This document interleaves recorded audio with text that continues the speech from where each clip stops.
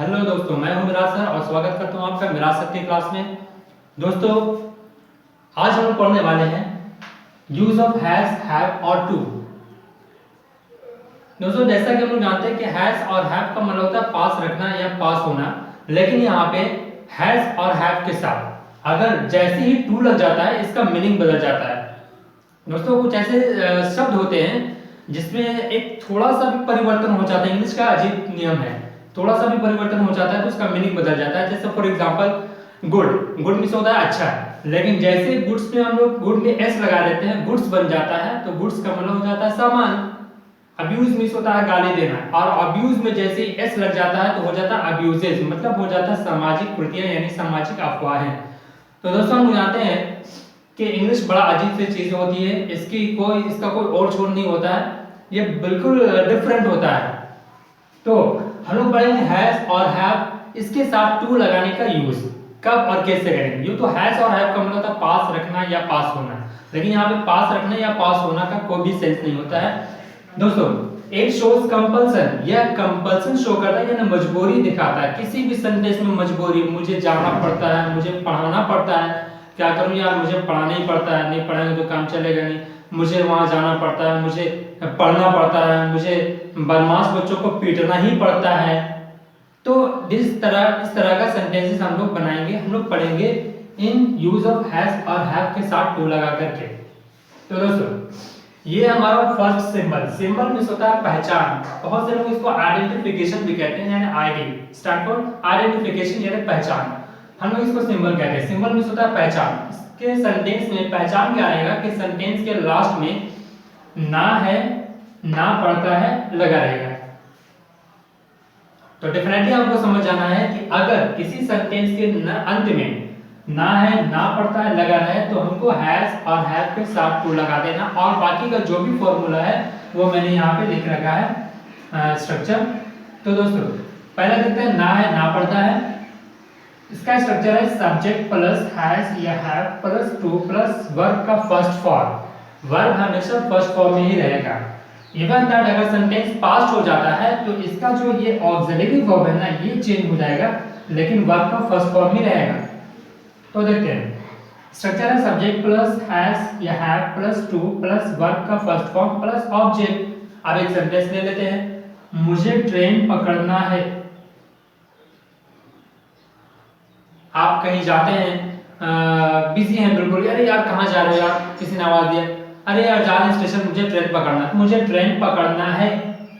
हम इस नियम को बनाएंगे, सब्जेक्ट पहले यूज करते हैं आई, मुझे क्या इंग्लिश आई हो गया, उसके बाद हैज और हैव दोनों में से हमने एक हैव लगाया। क्यों लगाया? क्योंकि दोस्तों सेंटेंस में सब्जेक्ट के अकॉर्डिंग ही हम लोग वर्ब का यूज करते हैं। ये हम लोग आगे क्लास में हम लोग पढ़ेंगे सब्जेक्ट वर्ब एग्रीमेंट। आगे के वीडियो में आपको ये नोटिफिकेशन जल्दी मिल जाएगा, सब्जेक्ट वर्ब एग्रीमेंट यानी सिंटैक्स। तो सब्जेक्ट और वर्ब के बीच क्या एग्रीमेंट है वो उसमें शो करेंगे हम। तो यहाँ सब्जेक्ट आई है, इसके साथ हैव लगा दिया। हैज क्यों नहीं लगाया? क्योंकि सब्जेक्ट के अनुसार ही हैव लगे। और क्यों? क्योंकि सब्जेक्ट अगर सेंटेंस में थर्ड पर्सन सिंगुलर नंबर होता है, एक तो थर्ड पर्सन हो ऊपर से सिंगुलर नंबर हो, तो हम यहाँ पे सब्जेक्ट के साथ हैज का यूज करेंगे। लेकिन otherwise third person singular number को छोड़कर, जैसे for example third person singular number में आता है ही, शी, इट और कोई एक नाम सिंगल नेम, तो यहाँ पे ना ही है, ना शी है, ना इट है, ना कोई नाम है, तो यहाँ पे सिर्फ हम हैव का यूज करेंगे।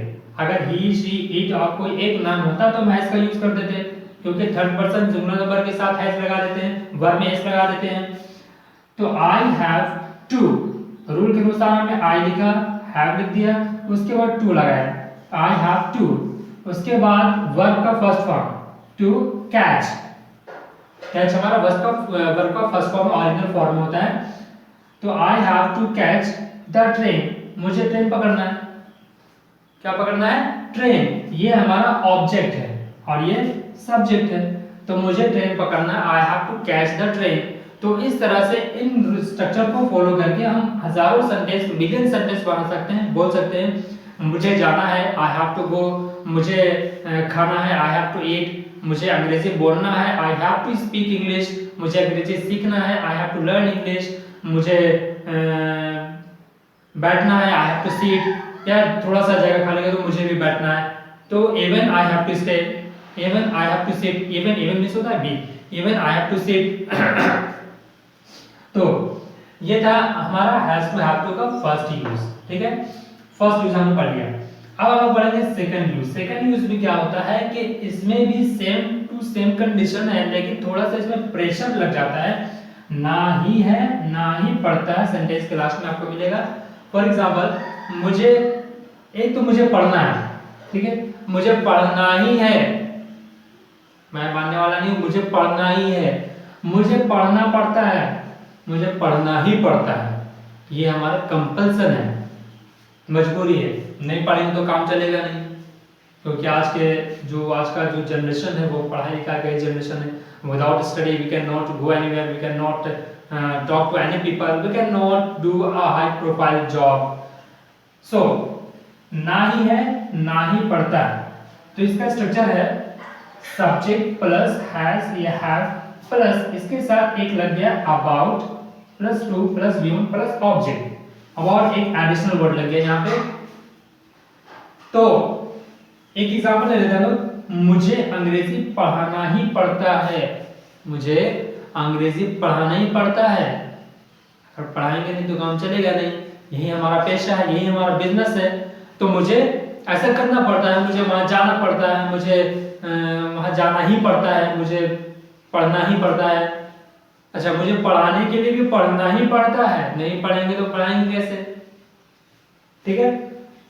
तो मुझे अंग्रेजी पढ़ाना ही पड़ता है या पढ़ाना ही है, ना ही है या ना ही पढ़ता, दोनों में से कोई भी हम यूज कर सकते हैं अकॉर्डिंग टू कंडीशन जो सूटेबल लगे। तो मुझे अंग्रेजी पढ़ाना ही पड़ता है, यहाँ पे स्ट्रक्चर देखते हैं, पहले सब्जेक्ट मांग रहा है तो पहले सब्जेक्ट हमने लिख दिया आई, उसके बाद हैज या हैव, तो आई के साथ क्या लगता है हैव लगा दिया हमने, उसके बाद अबाउट लगा दिया रूल के अनुसार, उसके बाद अबाउट के बाद टू हमने यूज कर दिया, टू के बाद वर्ब का फर्स्ट फॉर्म था तो वर्ब का फर्स्ट फॉर्म टीच लगा दिया क्योंकि पढ़ाने का इंग्लिश टीच होता है, उसके बाद ऑब्जेक्ट, ऑब्जेक्ट हमारा मांग रहा है इंग्लिश, हमने लिख दिया इंग्लिश, ठीक है। इस तरह से रूल्स को फॉलो करेंगे दोस्तों अगर, तो हम लोग डेफिनेटली अंग्रेजी बोल सकते हैं, सीख सकते हैं, बट फॉलो करने की देरी है। और मैं एक स्ट्रक्चर आपको बता रहा हूँ, आप इसमें 100 स्ट्रक्चर बनाइए, 1000 सेंटेंस बनाइए, 1 मिलियन बनाइए, व्हाटएवर जितना आप चाहते हैं उतना बनाइए, लेकिन self study is very important for you दोस्तों। टीचर्स क्या होता है, टीचर सिर्फ आपको एक नमूना बता देता है, एक ढांचा बता देता है, आप उस ढांचे में, उस सांचे में आपको, ये आपके ऊपर डिपेंड करता है कि आप कितना उसमें प्रोडक्ट लॉन्च करते हैं, कितना प्रोडक्ट बनाते हैं सिर्फ एक सांचे से। तो ये हमारा एक स्ट्रक्चर है, एक सांचा है, आप इसमें चाहे तो मिलियन सेंटेंस बना सकते हैं, यूज कर सकते हैं, बोल सकते हैं। मैंने बनाया मुझे अंग्रेजी पढ़ाना ही पड़ता है, I have to teach English, मुझे खाना ही पड़ता है, आई हैव टू ईट, मुझे खाना खाना ही पड़ता है, I have to eat food, अगर नहीं खाएंगे तो मर जाएंगे, ये मैंडेटरी इंपॉर्टेंट है, इट इज वेरी नेसेसरी, मुझे खाना खाना ही पड़ता है, भाई मजबूरी है। अगर हम कहेंगे मुझे चाउमीन खाना ही पड़ता है, ये तो कोई मजबूरी है नहीं, मुझे रोल खाना ही पड़ता है, मुझे आइसक्रीम खाना ही पड़ता है, ऐसा कुछ तो है नहीं। लेकिन हाँ, उस सेंटेंस के लिए जो प्रेशर देता है, जो इंपॉर्टेंट है, जो जरूरी है, उस काम को करने के लिए हम लोग इन सब वर्ड्स का यूज करेंगे, हैज टू हैव टू। तो ये था हमारा पार्ट 1, पार्ट 1 हमने पढ़ लिया हैज टू हैव टू। दोस्तों ये जो चैप्टर है ये IVP चैप्टर से उठाया गया एक छोटा सा पार्ट है, क्योंकि वीडियो में ज्यादा पार्ट हम लोग नहीं दे सकते हैं, तो छोटा सा पार्ट है IVP important verb pattern. Important verb pattern इसलिए कि इसमें वर्ब के बारे में इंपॉर्टेंट क्लैरिफिकेशन क्या होता है कि वो वर्ब जो है, वो एक्शन जो है, वो एक्शन क्यों और किस तरह से किया जा रहा है, कैसे किया जा रहा है, कंपल्सन में किया जा रहा है, मजबूरी में किया जा रहा है, दबाव में किया जा रहा है, मुझे पढ़ाना ही पड़ता है। कभी कभी जो काम हम लोग नहीं करना चाहते वो भी करना पड़ता है, तो करना पड़ता है, करना ही पड़ता है, मजबूरी है, कंपल्सन है। ये पूरा सेंटेंस हमारा कंपल्सन शो करता है, मजबूरी शो करता है, मुझे पढ़ाना ही पड़ता है। तो दोस्तों जो भी अगर आपके साथ कोई भी मजबूरी वाले कंपल्सन वाले सेंटेंसेस अगर यूज में आने लायक हो तो आप इन स्ट्रक्चर्स को फॉलो करेंगे, आपका सेंटेंस क्लियर होगा और आप आसानी से अंग्रेजी बोलना सीख सकते हैं। ये हमारा जनरल इंग्लिश मेथड है, जनरल बातचीत करने के लिए। हम लोग जैसे यार मुझे देर हो रही है, मुझे जाना है, तो I am getting very late so I have to go, मुझे जाना, आई हैव टू गो। क्या तुम्हें जाना है? Have you to go? Yes of course I have to go because it's an emergency, I have to go, मुझे जाना है, मुझे यहाँ से बाहर जाना है, I have to go from here out of the town, मुझे अभी यहाँ से जाना है, now I have to go from here, now I have to go from here. तो दोस्तों ये थी हमारी यूज ऑफ हैज हैव के साथ टू की यूजेस, जो कि बहुत काम आने वाली है आपकी। तो अब मुझे भी यहाँ से जाना है, तो जाने से पहले दोस्तों अगर अभी तक आपने हमारे चैनल को सब्सक्राइब नहीं किया तो प्लीज जल्दी से जल्दी हमारे चैनल को सब्सक्राइब कर लें और साथ ही साथ बेल आइकन को प्रेस कर दें, लाइक शेयर और कमेंट जरूर करें ताकि हमारे आने वाले और भी वीडियो की नोटिफिकेशन आप तक बिल्कुल टाइम पर मिल जाए।